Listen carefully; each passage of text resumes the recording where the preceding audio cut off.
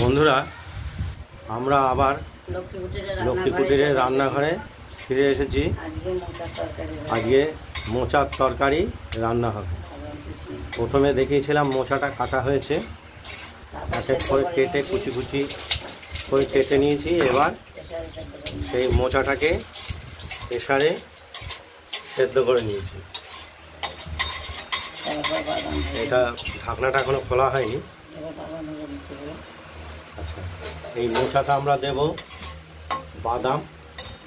বাদাম ভেজে নিচ্ছি, যেটুকু বলি সেইটুকু। বাদামটা ভেজে নিলাম, তারপর তো দেব।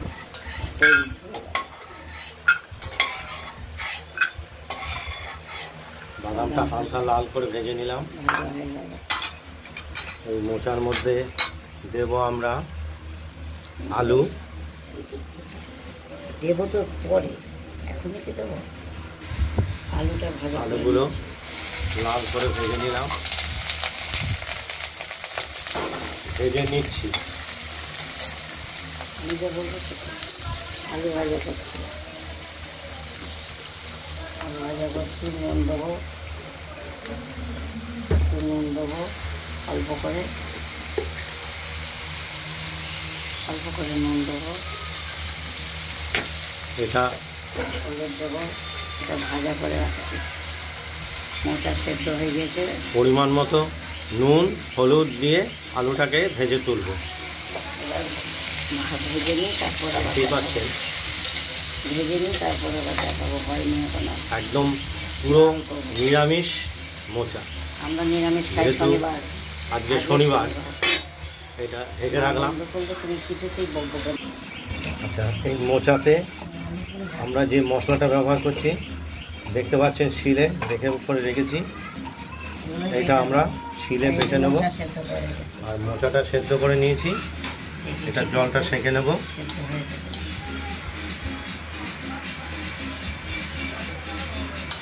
সেদ্ধ হয়েছে, জলটা ঢেলে নেবো। জলটা ঢেলে সেঁকে নেব। এটার মধ্যে এই ভাজা বাদাম দেব। আর এই মোচাতে বাদাম এবং কিশমিশ। ছেলে মেয়ের পড়া হবে না, ওই মা ভুক্তি করলে ছেলে মেয়ের পড়া হবে। কিশমিশও ব্যবহার করব, আপনারা দেখতে থাকুন। বন্ধুরা, আলুটা ভাজা হয়ে গেছে।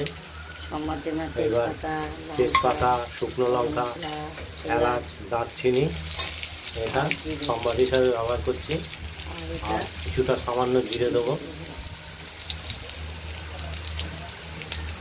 কমিয়ে রাখলাম, আঁচটা কমিয়ে দিলাম, একটু হালকা আছে। ভাজা করে নিই, তারপর ধীরে ধীরে ভেজে নেব। সেদ্ধ করে এই জলটা আমরা সেঁকে নিচ্ছি ছাঁকনির সাহায্যে।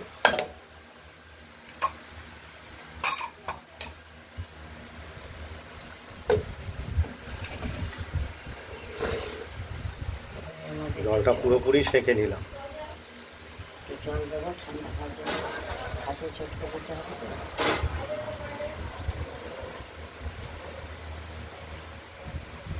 ঠান্ডা জল দিয়ে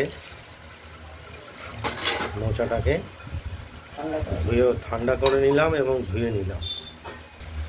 মোচাটা এবার হাত দিয়ে চটকে নিচ্ছি। আমরা এইভাবেই করি, চটকে নিলে খেতে স্বাদ হয়। তাতে মোচাটা মোলাম হয়, খেতেও স্বাদ লাগে। এইবার দিয়ে দেবো মশলাটাকে।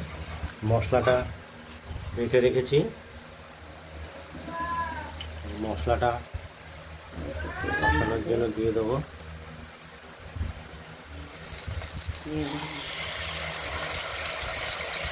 জলটা দিয়ে দেবো।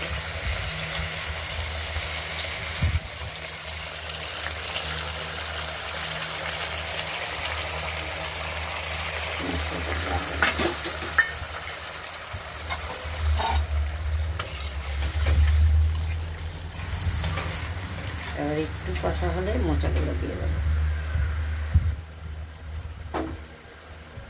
একটু জল দেবো, একটু জলটা শুকোবে আর কষতে থাকবে।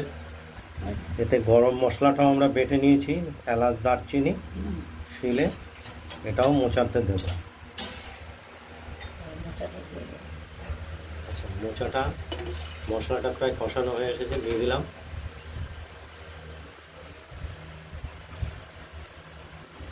এবার খানিকটা নাড়াচাড়া করে বাদাম ভেজে রেখেছি, কিশমিশ ভিজিয়ে রেখেছি দেবো, আর গরম মশলা ঘি দিয়ে নামিয়ে ফেলবো। খানিকটা নাড়াচাড়া করে নিলাম। আর একটু ওপরে দেবো।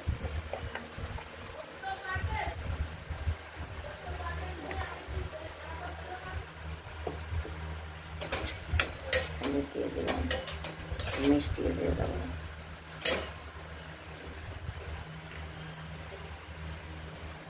এতে মিষ্টি দিলাম স্বাদ মতো। আপনি যেমন খাবেন তেমন দেবেন। আপনারা স্বাদ মতো নিজেরাও ব্যবহার করবেন যদি রান্না করেন।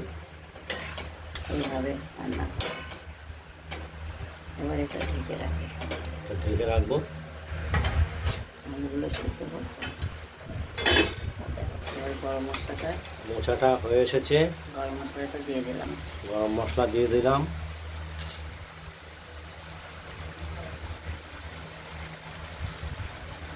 বেটে পাটায় বেটে সব, আমাদের সব পাটায় বেটেই করতে হয়।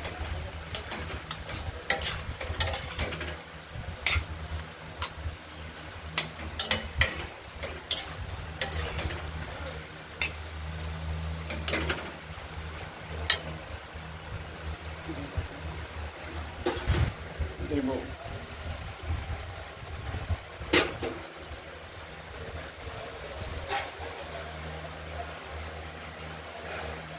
এক চামচ,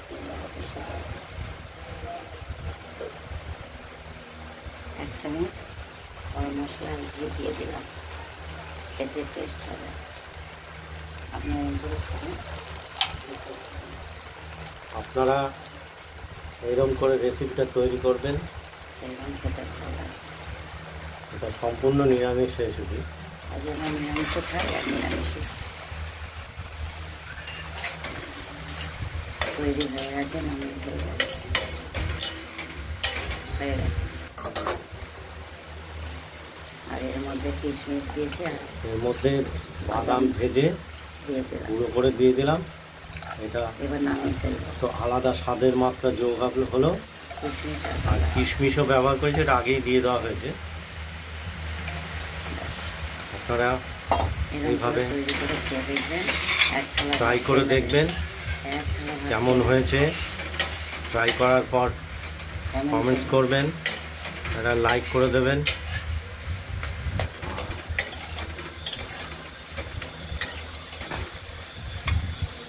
আমাদের এই লক্ষ্মী কুটিরের রান্নাঘরের চ্যানেলটাকে সাবস্ক্রাইব করবেন, করে রাখবেন, যাতে আগামী দিনে আরো ভালো ভালো দেখাতে পারি, নতুন নতুন দেখাতে পারি।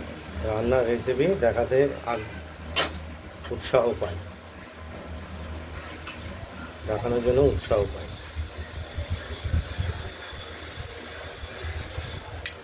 ভালো লাগে।